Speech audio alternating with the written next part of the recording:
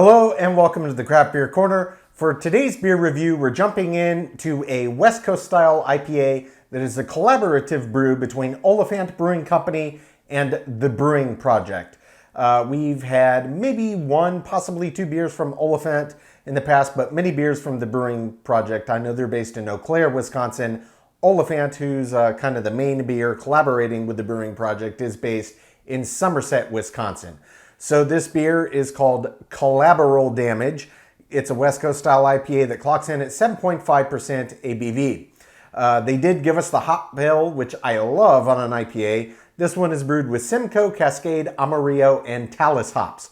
So, pretty cool little collab here on a West Coast style. The label art on this is pretty wild. It's kind of a cartoon setting with like some monsters, laser blasting, other random things. A little hard to say exactly what it is, but it's very colorful. Nonetheless, collaborative West Coast style IPA with 4 big high alpha acid content hops. So let's get this cracked gently. We're going to use our nice tall all-purpose glass here. Get this poured right in. All right.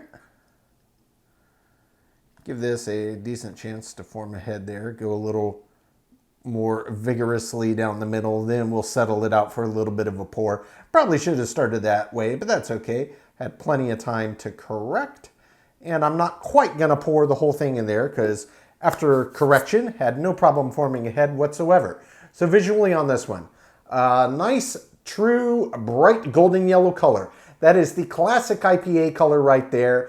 I see very, very good activity in terms of carbonation, and it's mostly a fine stream of very small champagne-like bubbles shooting up from there. So obviously doing a good job at forming a head here. Very thick, very creamy indeed. So let's get right up over this for a sniff. Oh man, yeah, that smells fantastic. So there's a lot of big classic high alpha acid, these new strains of hops, kind of aromas coming out of this glass. And it's one of those big blends. There's citrus, there's tropical fruit, and there is for sure some of the more earthy, resinous kind of aromas coming off of this. So specifically, I would say papaya, guava, citrus, it's kind of a blend of grapefruit and lemon and lime. And this underlying kind of earthiness and kind of resinous quality. So it's got a nice blend. This kind of tropical fruit aroma mixed with citrus as well as the kind of earthy and resinous side. It's very big. It's got a pronounced aroma to it to be certain. It wasn't one where I could get it from a foot and a half away. That head's a little too thick for the aroma to come through quite that clearly. But as soon as you get up on the glass and give even a tiny sniff, it pops right out at you. It smells amazing. A lot of these big, bold, classic hop aromas coming right out of the glass. So the head has settled down a little bit. It's still sitting about a half to an inch on there, maybe 3/4. We're going to jump right in. We're going to have a sip and see exactly how this collaborative brew West Coast IPA tastes. Let's jump right in.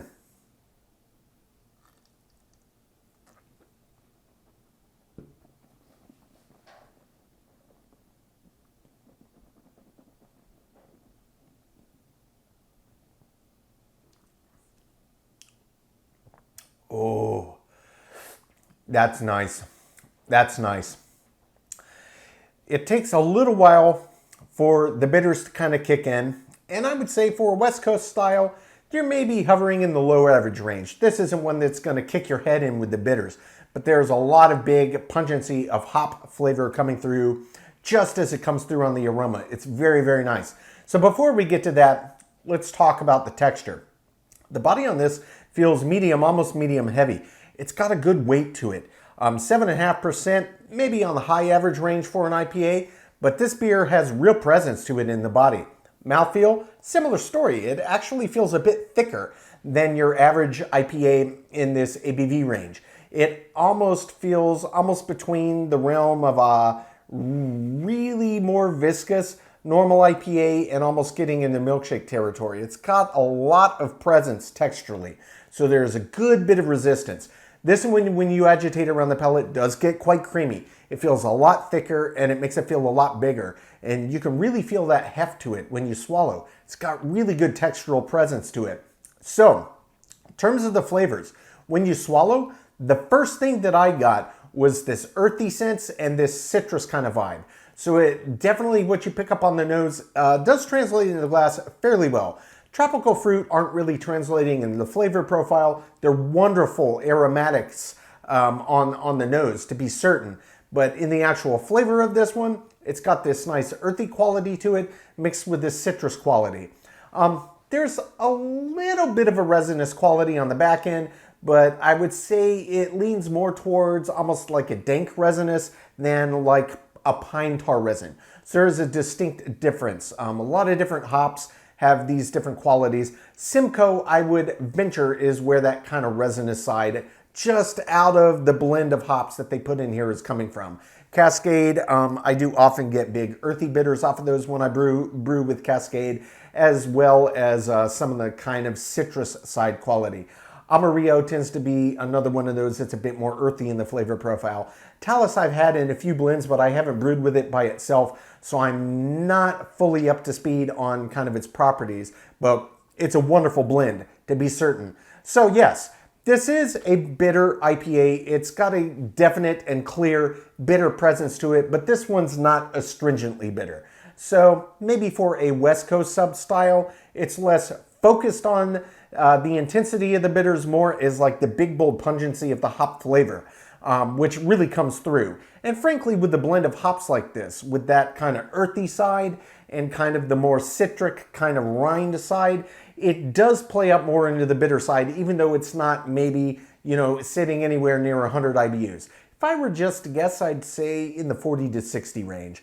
They didn't say on the can what the IBUs were. That would just be my guess. So it's plenty bitter enough for somebody that really likes bitter forward IPA. It's got a nice bite to it, but it's not one that's going to put people off. So this might actually, for a West Coast style, be one I would say could potentially bridge the gap for people that normally go for like a New England style that's really not very bitter at all. Granted, there are some, I have had them and I absolutely love them. I love the bitters that come out of hops, but I also love these big blend of aromas. They smell fantastic, and the different flavor roles that these blending of hops can bring to the table. But they were not shy about the bitters on this. It's just not as in your face and intense as on a majority of West Coast styles. But it's definitely big, it's definitely bold, it's packed full of flavor, has a wonderful presence. So I'm gonna jump back in for second sip, let everything re-intensify, pick it apart again, see what I may have missed, and then we're gonna talk about this finish. But on first sip, absolutely delicious beer. Great brew. Oliphant and the Brewing Projekt. Fantastic.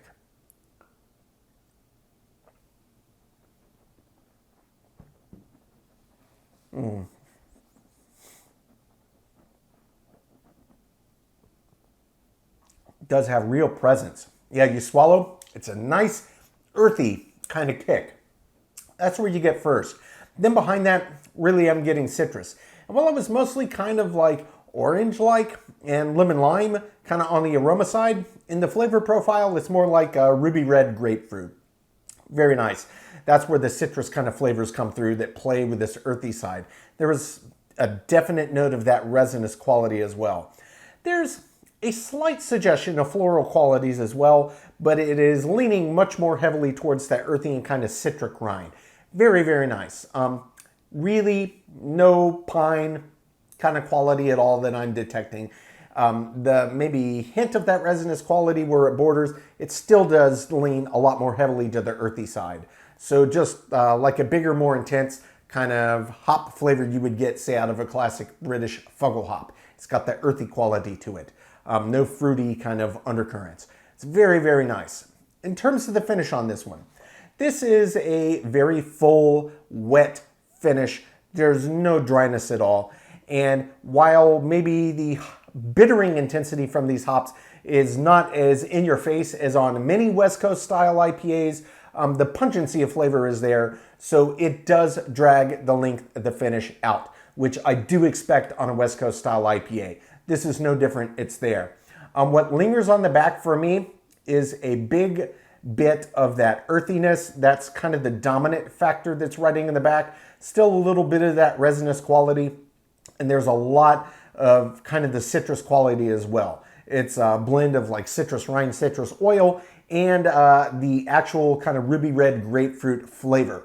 That's where it lingers on the back of the palate. And for the relative lack of intensity of the bitters on this, I'm not saying it's not bitter, I'm just saying it's more approachable. It's less bitter than your average West Coast. The bitters do actually really help to drive out the end of the finish on this. So pungency of flavor and still a nice lingering bit of bitters on this one. It's just not super intense. You can get the sensation, you can get the flavor. It's just not quite as in your face, kicking you in the teeth with bitters. It's nice. It's very well balanced.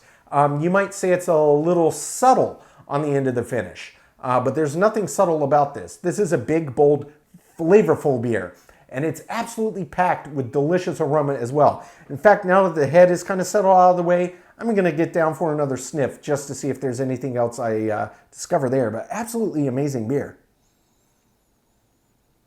Yeah. If anything, it just makes more of the tropical fruit kind of pop out at you. The papaya in particular really jumps out. Very, very strong on the nose. Yeah, absolutely fantastic. Very, very well done beer. I love it. I'm a big fan of the West Coast style IPAs. They tend to be a lot more in your face in terms of pungency. They're kind of like an IPA equivalent to like a big, bold Imperial Stout or something like that. They're just packed full of aroma, packed full of flavor. They're in your face. Doesn't necessarily mean it's going to be astringently bitter and put people that don't like bitter IPAs off. No, indeed, this is one I think might be a gap bridger. It's enough to kind of get your toes in the water to see more what West Coast style IPAs are about. Maybe slowly over time you develop that appreciation, as I did. I hated IPAs the first time I tried them. It wasn't years until I came back to them. I tried one again. I wasn't crazy about it, but I didn't hate it. It wasn't until I started drinking very deeply roasted coffee, just pure black, no sweetener at all, that I really started to appreciate the sense of bitters, and that's when I kind of came back to IPAs. So it was a natural progression for me. I'm sure that that is a similar story to a lot of other folks. But at day's end, what I experienced here, I absolutely loved it. This is a big, bold, very well put together beer. I love the hop blend, and I think that the Brewing Projekt and Oliphant collaborating together made a fantastic West Coast style IPA. I'm going to take my time, sip on this one, count my scores. When we come back, we'll get this beer ranked from top to bottom.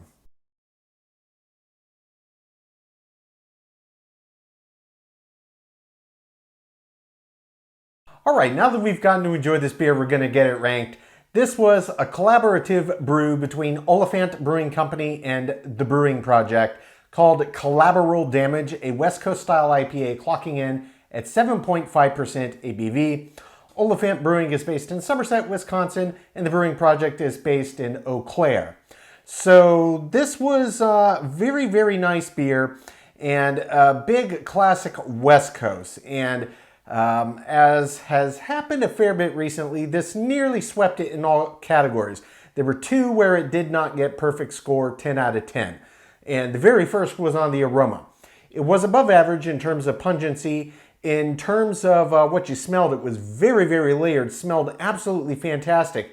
Just for the style of beer and the hops that they used and how they produced it, I did expect for the aroma to not take quite as much work to be able to detect. You had to really get up on it and sniff. Now, part of that could have been because this one formed an absolutely fantastic head. That can often happen. So grain of salt here, but I rated it how I experienced it. Aroma gets a 7 out of 10. The second category where it did not get a perfect score, we will get to in a minute, but I'll go ahead and confirm. Taste got a 10, body got a 10, mouthfeel got a 10, finish got a 10, head and retention got a 10, appearance and balance both got a 10. The next category where it did not get perfect was actually in the filling in the intangibles, my one subjective thoughts ranking category. I really enjoyed this beer.